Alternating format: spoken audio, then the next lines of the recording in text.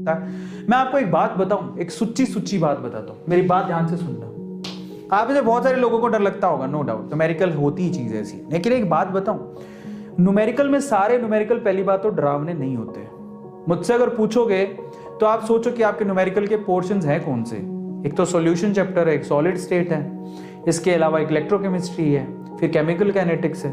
बस ये 4 ही तो चैप्टर हैं। उनमें से सबसे आसान न्यूमेरिकल आते हैं सॉल्यूशन चैप्टर के, और फिर सॉलिड स्टेट के भी ठीक ठाक होते हैं, इजी होते हैं, और सबको पता है कि सॉलिड स्टेट में से सवाल कहां से आएगा।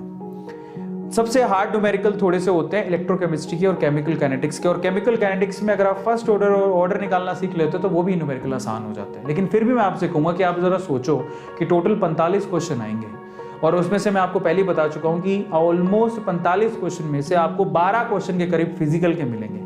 फिजिकल केमिस्ट्री आपको लगता है कि 12 के 12 न्यूमेरिकल होंगे। अगर आप पूरे केमिस्ट्री के पेपर को पिछले 15 सालों के आप निकालो पेपर, आप पिछले 15 सालों के जब पेपर निकालोगे तो आप मुश्किल से आप लोग पाओगे कि उस पूरे जितना भी पेपर है उसके अंदर 5 से लेके 8 न्यूमेरिकल है। 5 से लेके 8 न्यूमेरिकल है, मतलब 45 क्वेश्चन में से अगर मैं 8 भी पकड़ के चल लूं तो आप खुद से सोचो कि आपके पास अभी भी 37 क्वेश्चन ऐसे हैं जहां पर जिसके अंदर न्यूमेरिकल है ही नहीं। और एक और बात, उन 8 न्यूमेरिकल में से मैं आपको गारंटी दे सकता हूं कि इस 8 न्यूमेरिकल में से 5 न्यूमेरिकल बच्चों के जैसे होते हैं, बहुत आसान, जो कि फॉर्मूला बेस्ड होते हैं। ये इतने आसान होते हैं कि कोई भी बच्चा कर लेगा, आपको इसके लिए इतने डरने की जरूरत ही नहीं है। पीछे बचे 3 क्वेश्चन, हमें क्या जाता है यार, 3 क्वेश्चन छोड़ भी देंगे तो 45 में से अगर आप लोग 42 क्वेश्चन भी करके आ गए तो आपका टारगेट पूरा हो जाएगा। इनफैक्ट आप केमिस्ट्री में 40 क्वेश्चन की टारगेट बना के चलते हो। समझ में आ गया? तो इतना डरो मत।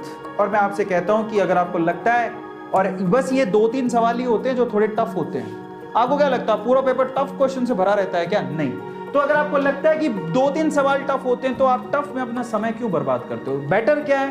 बेटर स्ट्रेटेजी ये है कि आप इजी सिंपल न्यूमेरिकल करके जाओ, क्योंकि 8 में से 5 सवाल आसान आएंगे, 3 सवाल हार्ड होंगे, और 3 सवाल के चक्कर में आप अपना दिमाग मत खराब करो।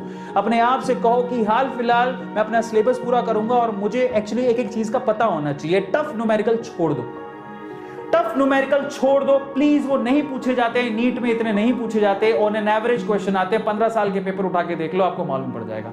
अपना दिमाग मत खराब करना बेमतलब के ऐसे सवालों पे। एक और बात बता देता हूं, ध्यान से सुनना, अगर आपको किसी क्वेश्चन में 20 सेकंड से ज्यादा लग रहा है, इसका मतलब आप उसे छोड़ सकते हैं। अगर आपको किसी क्वेश्चन में 20, मैंने थोड़ा कम बोल दिया, आप 30 सेकंड लेके चल लो। अगर आपको किसी क्वेश्चन में 30 सेकंड से ज्यादा लग रहा है, वो टफ है, उसको छोड़ दो, कोई फायदा नहीं है। एक सिंपल मैं आपको क्राइटेरिया दे रहा हूं।